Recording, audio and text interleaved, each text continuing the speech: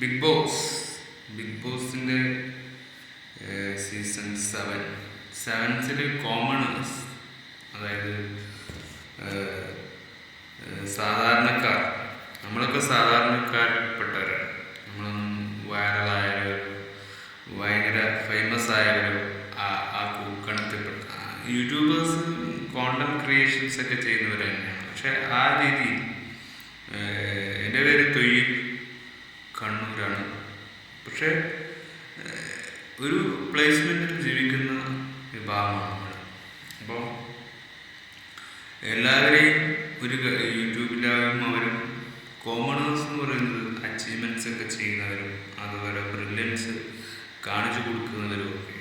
Big ബോസിൽ അങ്ങനെ ഒരു ചലഞ്ചസ് ഉണ്ടാകുമ്പോൾ അതിലെത്തിപ്പെടാൻ ആഗ്രഹിക്കുന്ന നിരവധി വ്യക്തികളുണ്ട്. ഒരു സോഷ്യൽ മീഡിയ ഇൻഡസ്ട്രിക്ക് പലർക്കും കോമണേഴ്സ് ഉണ്ടാവും.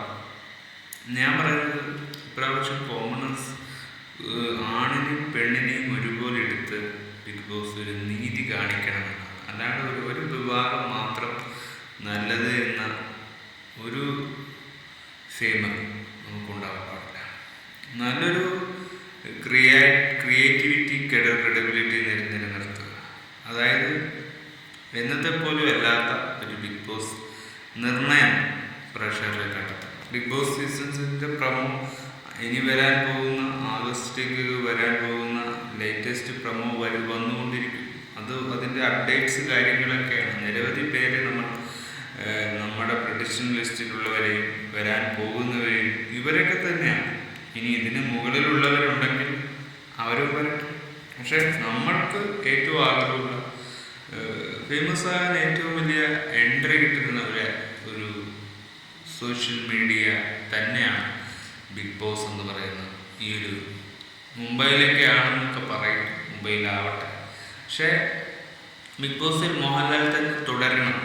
അദ്ദേഹം തന്നെയാണ് ആങ്കറിങ് ആണെങ്കിൽ അദ്ദേഹത്തെ കാണാൻ വേണ്ടിയാണ് ഈ ആൾക്കാർ ധൃതിയിൽ ബിഗ് ബോസ് എന്ന ഷോയിലേക്ക് ഓടിപ്പാടി എത്തുന്നത്. ഞാനും ഇതുവരെ മോഹൻലാൽ എന്നൊരു നടനെ കണ്ടിട്ടില്ല. അദ്ദേഹത്തെ കാണുകയും അദ്ദേഹത്തെ റെസ്പെക്റ്റ് ചെയ്യുകയും ചെയ്യുന്ന വ്യക്തി എന്ന നിലയിൽ ഞാൻ ഏറ്റവും കൂടുതൽ ആഗ്രഹിക്കുന്നത് ഇതുപോലുള്ള ഫേമസ് കാര്യങ്ങൾ നമുക്ക് നേടിയെടുക്കാനും അത് അച്ചീവ്മെൻറ്റ് ചെയ്യാനും നമുക്കൊരു അവസരം കിട്ടുക എന്നതാണ്. അതിനുള്ളൊരു സ്കോപ്പ് ബിഗ് ബോസ് തരുമ്പോൾ അതെങ്ങനെ നമുക്ക് അവിടെയാണ് എത്തിപ്പെടാൻ പറ്റും. സാധാരണക്കാരായ യൂട്യൂബേഴ്സിനും കോമണേഴ്സായ യൂട്യൂബേഴ്സൊക്കെ ഉണ്ട്. അവരെയും നിങ്ങൾ കോമണേഴ്സ് എന്ന നിലയിൽ തന്നെ സെലിബ്രിറ്റിയെ അതിൽ നിന്ന് ചൂസ് ചെയ്യാതെ നിങ്ങൾ ചൂസ് ചെയ്യേണ്ടത് സാധാരണക്കാരെയാണ്. ഇപ്പോൾ ചില കമ്പനികളും ചില വലിയ ഇൻ്റർനാഷണൽ കമ്പനീസൊക്കെ അവർ ചൂസ് ചെയ്യുന്നത് സാധാരണക്കാരാണ്. അവരെ കൊണ്ടാണ് അവരുടെ ബിസിനസ്സിനെ റണ്ണിങ്ങിന് നിലനിർത്തുന്നത്. ചില കമ്പനികൾ അങ്ങനെയാണ്.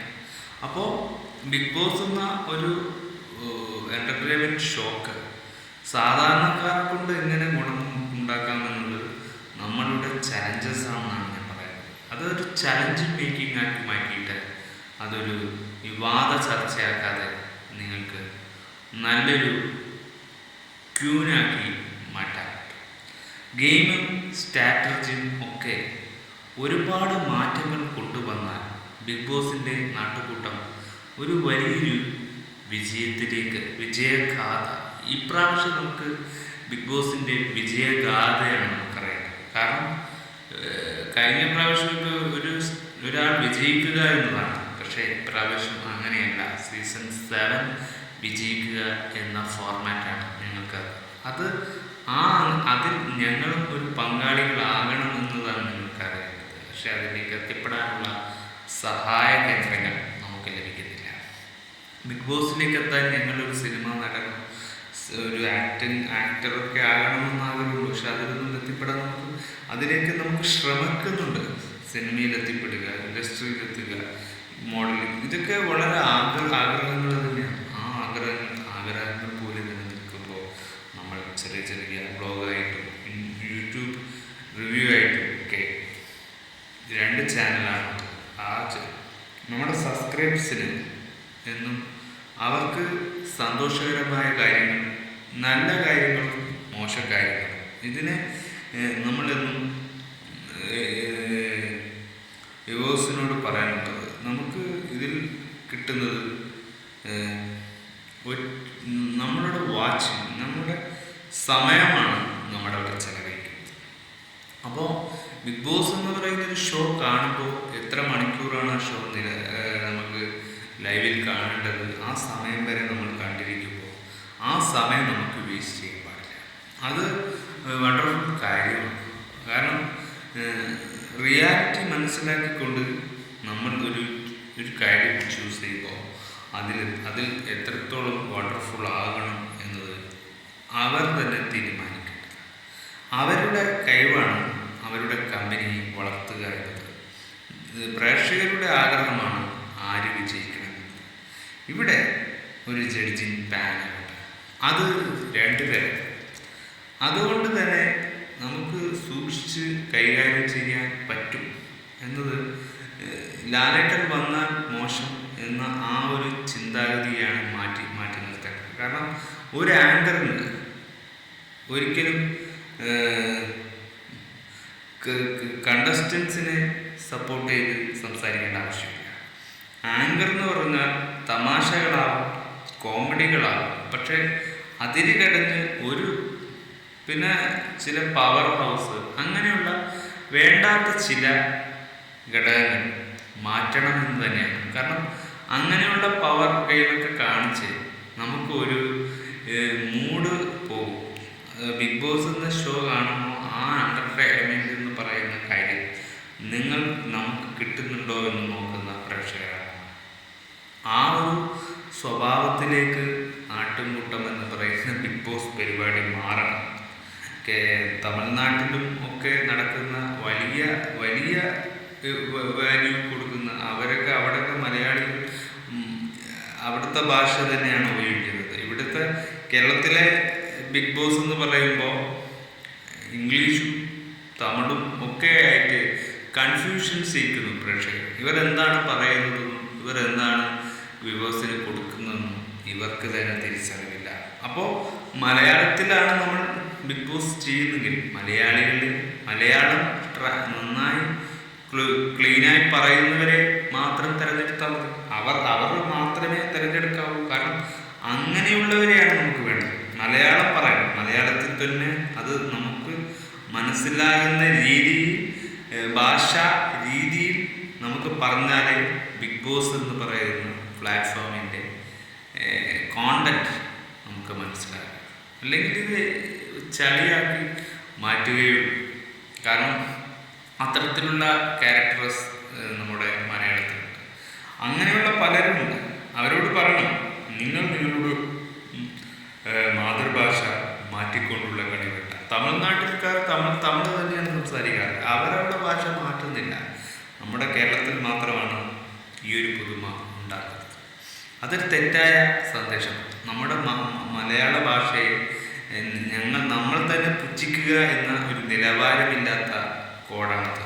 അത് ജനങ്ങളിലേക്ക് എത്തുക, അത് ജനങ്ങളിലേക്ക് സമൂഹത്തിലേക്ക് വരിക എന്നൊക്കെ പറയുമ്പോൾ ഒരു ഭാഷയെ നമ്മൾ നിലനിർത്തുന്നില്ല എന്നതാണ്. ഭാഷ കൈകാര്യം ചെയ്യുമ്പോൾ സമൂഹത്ത് വളരെ ക്രിറ്റിസിസം ഉണ്ടാകുന്നുണ്ട്. ക്രിറ്റിസിസം തന്നെയാണ് മലയാളികൾക്ക് എപ്പോഴും അംഗീകാരങ്ങൾ കിട്ടാത്ത ഒരു ഇൻ്റർനാഷണൽ രാജ്യങ്ങളുണ്ട്. അവിടെയൊക്കെ ഈ മലയാളികളെ ചേർത്ത് പിടിക്കാത്തതിൻ്റെ കാര്യം മലയാളികൾ തന്നെയാണ്. അവർ തീരുമാനിക്കുന്ന രീതി, അവർ തീരുമാനിക്കുന്ന ബേസിക് നോളജ് കീപ്പ് ചെയ്യണം. നമ്മളുടെ നോളജ് നമ്മുടേതാണ്. നമ്മുടെ സിറ്റിയെ നമ്മൾ നിലവാരത്തിലെത്തിക്കണമെങ്കിൽ അവരും നിലവാരമുള്ള വാക്കുകൾ ഉപയോഗിക്കണം. ഇപ്പോൾ ഫാമിലികളിലായാലും ചന്തവർത്താനവും അവർ മാത്രമാണ് വിവരമില്ല ആൾക്കാരും മറ്റുള്ളവരൊക്കെ ഒന്നുമല്ലാത്ത, നിനക്ക് വിലയില്ല, നിനക്കത് പറ്റില്ല എന്ന് പറയുന്ന ഒരു തമാശ രൂപയിലും സീരിയസ് രൂപയിലും പറയുമ്പോൾ കേൾക്കുന്ന മനുഷ്യന്, അത് കണ്ട് കേട്ടും ജീവിക്കുന്ന മനുഷ്യന് അത് എത്രത്തോളം എഫക്റ്റ് ചെയ്യും അത് മനസ്സിലാക്കുന്നില്ല. ജനങ്ങൾക്കത് ഒരു സീരിയസ് പോലല്ല, എന്തോ ഒരു കൗണ്ടറാണ് അത്. സാധാരണക്കാർക്ക് ഇതൊന്നും ഇല്ലായ്മയിൽ നിന്ന് ഒന്നും എത്തിപ്പെടാത്തവർക്ക് അത് വലിയൊരു കോൺഫിഡൻസ് കുറക്കുന്ന, ഒരുപാട് തകരാനുള്ള സാധ്യതകളുണ്ട്. അങ്ങനെയുള്ള ഭാഷകൾ ബിഗ് ബോസുകളിൽ ഉച്ചരിക്കാം. ചില കോണ്ടന്റുകളിലും ചില നമ്മൾ പറയുന്ന കാര്യങ്ങളിലും ഇത്തരത്തിലുള്ള ഉച്ചാരണ ശൈലികൾ നീനെ കൊണ്ട് അത് പറ്റില്ല എന്ന ആ ഒരു ക്യാരക്ടേഴ്സ് ഒരിക്കലും ബിഗ് ബോസ് പാടില്ല. നമ്മളെല്ലാവരെയും കൂട്ടിപ്പിടിക്കുമ്പോൾ ഉണ്ടാകുന്ന ആ സ്ട്രെങ്ത്, അത് ഗ്രൂപ്പിനെസ്സമായാലും ഒറ്റയ്ക്ക് കളിച്ചാലും ഗ്രൂപ്പിനെസ്സിലായാലും അതിലൊരു ഫ്ലേവർ ഉണ്ടാകും. അതിലൊരു എന്തെങ്കിലും ഒരു ഫേവറേറ്റ് വ്യക്തികളുണ്ടാകും. അവരുടെ ക്രിയേഷൻ അവർ അറിയാതെ കാണിക്കുന്ന ഒരു പോപ്പുലാരിറ്റി ഉണ്ട് ബിഗ് ബോസ് എന്ന് പറയുന്ന ഷോക്ക്. ബിഗ് ബോസ് എന്ന് പറയുന്ന ഈ ഷോ വരുമ്പോൾ അതിൻ്റെ റിയാലിറ്റി മാറുന്നത് ബിഗ് ബോസ് എന്ന് പറയുന്ന ഷോ തന്നെയാണ്. അവരാണ് അതിൻ്റെ സ്ക്രിപ്റ്റുകളും ഒക്കെ ഉണ്ട്. അതിൻ്റെതായ രീതികളിൽ അവരെ ക്യാരക്ടറെ അവരെ പറഞ്ഞ് മനസ്സിലാക്കുന്നുണ്ട്. അത് എങ്ങനെയാണ്, ഏത് രീതിയിലാണെന്ന് നമുക്കറിയാം. ബിഗ് ബോസിൻ്റെ ഉൾക്കടലറകളിൽ നമ്മൾ പോയിട്ടില്ല, നമ്മൾ കേരളത്തിലാണ് ഇരിക്കുന്നത്. അപ്പോൾ സാധ്യതകൾ ഒരുപാട് രീതികളിലുള്ള കാസ്റ്റിങ്ങും ഓഡിഷൻസും കൂടി കോളുകളൊക്കെ കഴിഞ്ഞിട്ടാണ് ഇവർ ബിഗ് ബോസിലേക്ക് ഫ്ലൈറ്റ് കയറുന്നത്. അത് ഭയങ്കര ഒരു ടേണിങ്, അതാണ് അവരുടെ ഓപ്പർച്യൂണിറ്റി, അതാണ് അവരുടെ ടേണിംഗ് പോയിന്റ് എന്ന് പറയാനുള്ള ഏറ്റവും സംഭവകരമായ ഒരു കാര്യം. മലയാളത്തിൽ തന്നെ സംസാരിക്കുകയും വേണം. നമ്മൾ ഒരാളെ മാത്രം ഫേവറായി കാണാതെ എല്ലാവരെയും ഒരുമയോടെ കാണാൻ നമുക്ക് ലോകത്തെ എല്ലാ സ്ഥലത്തും അങ്ങനെ ഒരു കൂട്ടിപ്പിടുത്തം അംഗീകരിക്കുന്ന ഒരു ലോകം തന്നെയാണ്. അത് ചില സ്ഥലങ്ങളിൽ, ചില രാജ്യങ്ങളിൽ മാത്രമില്ല. അതുപോലെയാണ് ബിഗ് ബോസിൻ്റെ അവസ്ഥ. മലയാളത്തിൻ്റെ ബിഗ് ബോസ് അവസ്ഥയിൽ ആ രീതികളിലേക്കാണ് മാറുന്നത്. ഇപ്പോൾ ചലഞ്ചേഴ്സ് എന്ന് പറയുന്ന ഒരുപാട് സംഭവങ്ങൾ അറിയുന്നുണ്ട്. അപ്പോൾ അതുപോലെ നമുക്ക് എന്തെങ്കിലും ഒരു വൈബിൽ നമുക്ക് ബിഗ് ബോസ് കൊണ്ട് അങ്ങനെ എന്തെങ്കിലും ഒരു നമുക്ക് എക്സ്ട്രാ ഇൻകം ഉണ്ടാക്കാൻ പറ്റുന്ന പല ഷോസും കാണിക്കാം. പക്ഷെ പ്രണയത്തിൻ്റെ കാര്യത്തിൽ വരുമ്പോൾ ആ ഒരു പ്രണയം റിയലായ ഒരു കാര്യം ബിഗ് ബോസിലേക്ക് വരണം. പ്രണയം എന്ന് പറയുന്ന കാര്യം എന്ന് പറയുമ്പോൾ അത് വളരെ ഡിഫിക്കൽട്ടായൊരു, അത് ഒരു തുറന്നു പറയാൻ കിട്ടുക, അതൊക്കെ ഒരു സ്റ്റേജാണ്. അത് സാധാരണക്കാർക്ക് തീരെ കിട്ടുന്നില്ല. അവർക്ക് അത് പറയാനുള്ള ചാൻസ് നമുക്ക് കിട്ടുന്നില്ല. പ്രണയവും അതിൻ്റെ കാര്യങ്ങളൊക്കെ വളരെ വളരെ സങ്കടകരമായ രീതിയിൽ, അത് പറയാൻ കഴിയാത്ത രീതിയിൽ, അതില്ലാത്തവൻ്റെ വിഷമം. പക്ഷേ ഇതൊക്കെ ബിഗ് ബോസിൽ പറ്റും. ബിഗ് ബോസിൽ ഇതുപോലുള്ള കാര്യങ്ങൾ ചെയ്യാനുള്ള പ്ലാറ്റ്ഫോമുകളാണ്. പക്ഷെ ആ പ്ലാറ്റ്ഫോം അതിൻ്റെതായ രീതിയിൽ ഉപയോഗിക്കാൻ പറ്റും. അല്ലാതെ ഡോക്ടർ റോബിൻ കാണിച്ചതുപോലെയും ഗബ്രിയുടെയും ജാസ്മിൻ്റെയും രീതികളൊന്നും നമ്മൾ അവരെ കണ്ടുകൊണ്ട് ബിഗ് ബോസിൽ കയറാൻ നിൽക്കണ്ട. അവർ വിജയിച്ചവർ തന്നെയാണ്. പക്ഷെ അവരെ രീതികളായിരിക്കണ്ട വരാൻ പോകുന്നത്. സിനിമയിൽ മറ്റുള്ളവരെ കണ്ടാണ് അങ്ങനെ കാണുന്ന ഒരു ഷോ അല്ല ബിഗ് ബോസ് എന്നത്. ബിഗ് ബോസ് എന്ന് പറയുന്നത് റിയലിനെ റിയാലിറ്റിയാക്കുന്ന അപ്പോൾ റിയാലിറ്റിയെ റീലാക്കി മാറ്റുക. അപ്പോൾ ആ റീലിൽ റിയാലിറ്റി ഉണ്ട്. അതായത് നമ്മളെ തന്നെ ഒരു ഗെയിം ഷോ ആക്കുന്ന ഒരു വ്യത്യസ്തമായ രീതികൾ കൊണ്ടുവരുന്ന ഒരുപാട് നമുക്ക് വിദേശ രാജ്യങ്ങളിലേക്ക് പോകാനുള്ള സ്കോപ്പ് ഇതിൽ കിട്ടുന്നു. അങ്ങനെ ഇതുകൊണ്ട് നമുക്ക് ഒരുപാട് ഓഫറുകളാണ് വരാൻ പോകുന്നത്. അപ്പോൾ അതൊക്കെ ആ ഒരു കാര്യങ്ങളൊക്കെ മാറ്റിവെക്കുമ്പോൾ നമ്മൾ ബിഗ് ബോസിലൊരു